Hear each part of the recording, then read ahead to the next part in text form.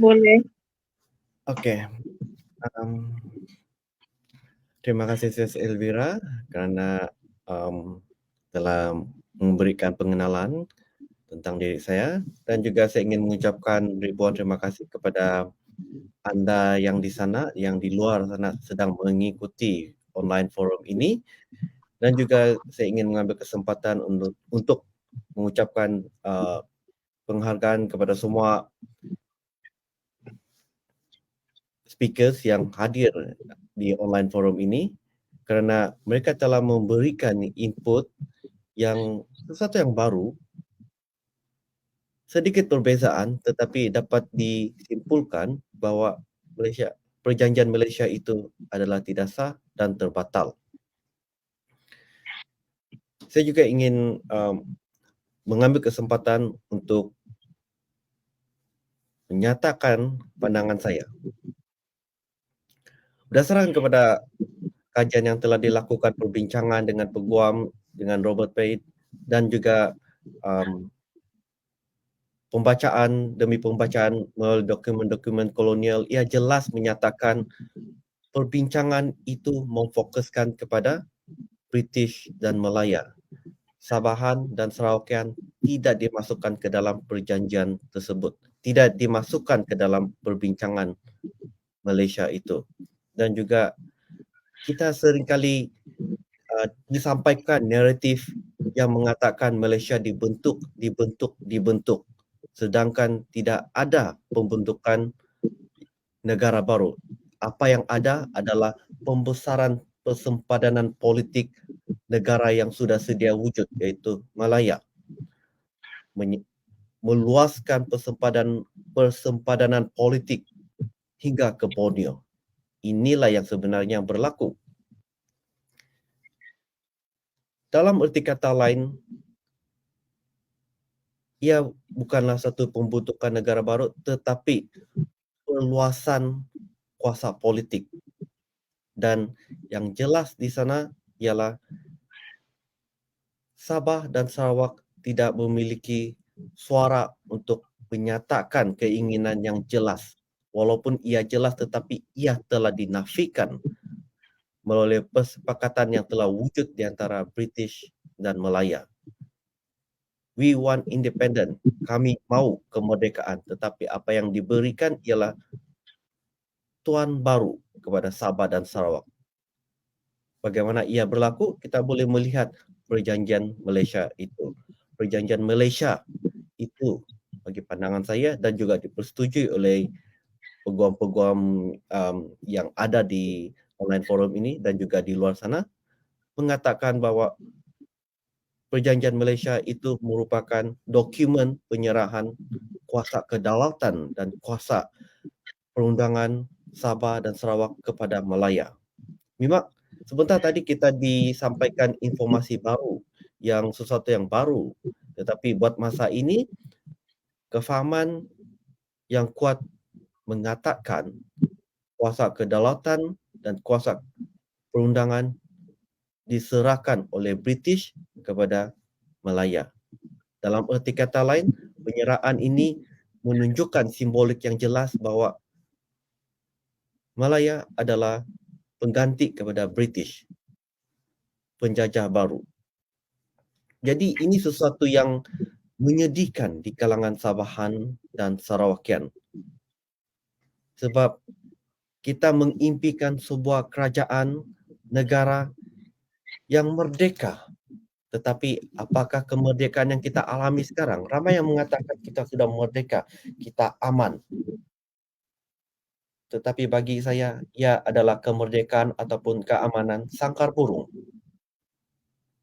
Kita diberikan satu ruang yang terhad. Kita bebas, tetapi dalam satu ruang yang sangat-sangat terhad. Bila kita mau melebarkan sayap kita, kita sedar bahawa kita tidak dapat melakukannya semaksimum yang boleh. Kerana ruang tidak membenarkan kita melebarkan ataupun menunjukkan potensi kita sebenar. Dan ini memaksa kita untuk terus berada pada ruang tersebut. Saya melihat sudah tiba masanya untuk Sabahan dan Sarawakian untuk benar-benar menyatakan keinginan mereka, the political will ataupun keinginan politik bahwa cukup sudah 60 tahun. Apa yang kita perlukan ialah kuasa kedaulatan dan kuasa perundangan untuk mentadbir negara kita, untuk mengurus tanpa sebarang sekatan, tanpa kuasa luar memberitahu kita apa yang patut dibuat. Sebab kita sudah matang. Dahulu mereka mengatakan yang Sabah Sarawak tidak memiliki cendekiawan, tidak memiliki politik-politik yang berpengalaman. 60 tahun ini sudah melahirkan sejumlah yang ramai dan tidak ada alasan untuk menyekat keinginan untuk memerdekakan negara Sabah dan Sarawak.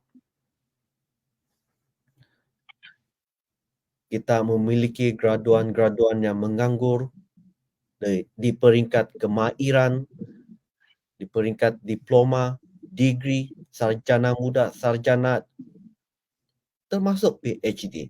Dan inikah yang dikatakan kita tidak memiliki golongan cendekiawan? Saya pikir itu adalah satu alasan yang tidak boleh diterima pada masa ini. Adalah penting untuk kita menegaskan kehendak kita secara demokrasi bahwa kita mau menoktakan segala-galanya dengan menunjukkan melalui saluran yang betul, yaitu melalui suara demokrasi dengan memberi tekanan kepada ahli-ahli politik untuk menyaut seruan ini, untuk mengangkat seruan ini, seruan kemerdekaan, agar suara ini dapat disuarakan secara rasmi di peringkat DUN. Dan melalui di peringkat DUN, kita mempunyai kuasa untuk berbicara tentang apakah benar kita mau merdeka. Untuk melakukannya, kita memerlukan ahli-ahli politik yang berani, yang mengangkat suara ini tanpa perlu rasa gentar, sebab adalah tanggung jawab ahli-ahli politik yang mewakili suara Sabah untuk suara bagi Sabah dan juga Sarawak. Pada saat mereka mengelak untuk bersuara bagi kita, berarti mereka sudah tidak mempunyai alasan untuk mewakili kita dan mereka itu perlu diturunkan. Jadi adalah tanggung jawab kita sebagai rakyat biasa, sebagai aktivis, sebagai nasionalis, untuk sedar akan perkara ini bahwa kuasa untuk mengubah sesuatu sebenarnya terletak di tangan kita. Terletak di tangan Sabahan dan Sarawakian. Kita perlu memastikan suara kita didengar dengan memberikan kesedaran mengapa kita mesti mau merdeka.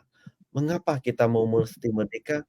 Karena kita mau memastikan generasi kita di masa hadapan mampu menjalani kehidupan yang lebih baik dari hidup yang kita alami pada masa ini. Pada masa ini, semua menyadari bahwa kehidupan adalah sangat sukar. Kerajaan kita mampu melakukan yang terbaik, tetapi disekat, dihalang. Kita ambil contoh di Sabah, kerajaan negara Sabah. Pasal isu beras. Di bawah Kementerian Pertanian dan Perikanan, industri yaitu YB Dato Dr. Jeffrey mengatakan dengan jelas kita perlu mempunyai kuasa untuk mengimport beras tanpa perlu melalui Bernas, tetapi dihalang. Dan kenyataan mengatakan bahwa perlu mendapat persetujuan daripada Kerajaan Persekutuan. Tidakkah ini jelas kita mampu melakukan yang terbaik untuk rakyat tetapi disekat? Dan inilah yang dimaksudkan keamanan sangkar burung. Keamanan ataupun kemerdekaan yang diwar-warkan yang mempunyai had limit yang tidak boleh lebih daripada itu. Dan inilah yang kita mau atasi. Dan cara untuk mengatasinya ialah melalui kemerdekaan.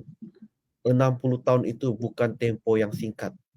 Kita sudah memberi ruang untuk perkara ini berubah menjadi lebih baik. Tetapi apakah ia menjadi lebih baik? Bagi pandangan saya, ia berubah menjadi keadaan yang lebih menyedihkan. Jadi, sebagai seorang yang sedar akan keadaan ini, orang yang memahami keadaan ini, kita perlu bersatu, membentuk gelombang kemerdekaan. Dan gelombang kemerdekaan ini dapat dikuatkan apabila semua rakyat Sabah khususnya sedar bahwa suara-suara yang inginkan perubahan perlu bekerja sama untuk bersatu dan membentuk satu kumpulan yang besar di seluruh Sabah untuk memaksa kerajaan kita melalui ahli-ahli politik yang mewakili suara kita. Tetapi jikalau mereka tidak mau mewakili suara kita, sudah masanya kita mengangkat pemimpin baru di kalangan kita. Kita perlu singkirkan mentaliti yang mengatakan, oh, pemimpin ini tidak mau bersuara bagi kita. Macam mana kita mau berusaha? Kita ubah pikiran itu. Jikalau dia tidak mau angkat, maka kita perlu angkat. Jadi kita perlu mencari suara di kalangan kita sendiri. Dan ini adalah proses demokrasi.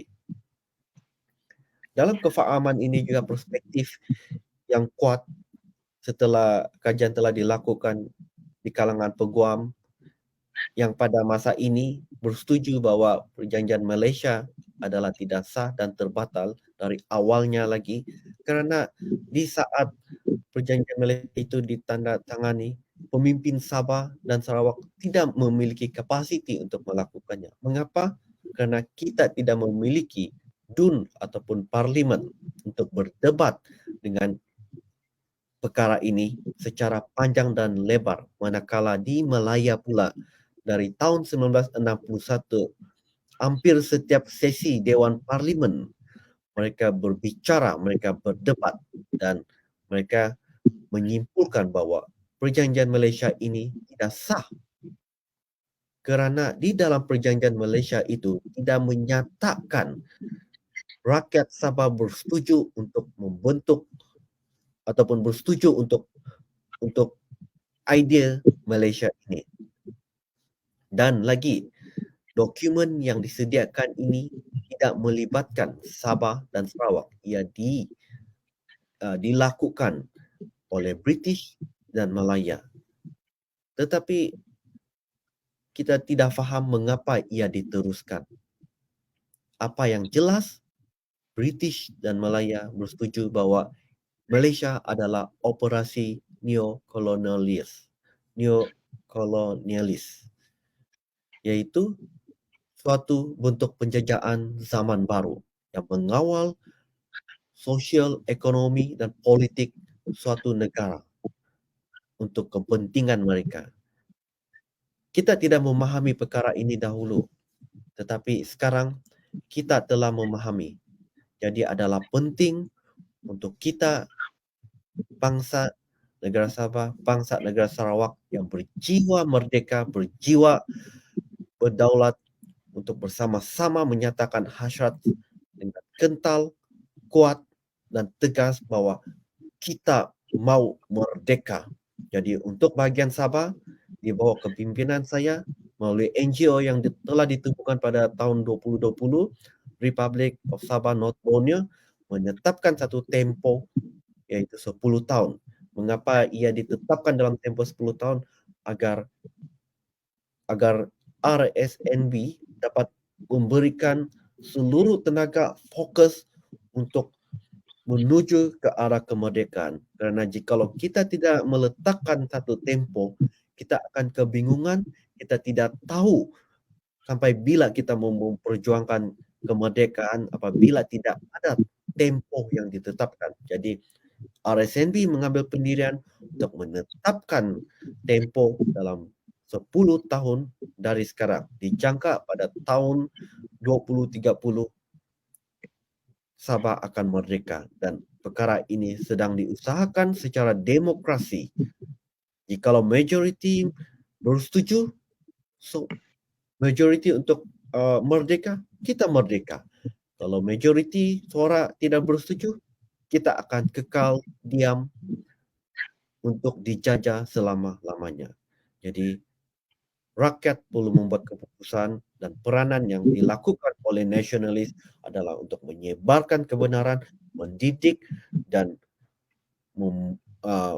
membawa agenda kemerdekaan agar rakyat menerimanya.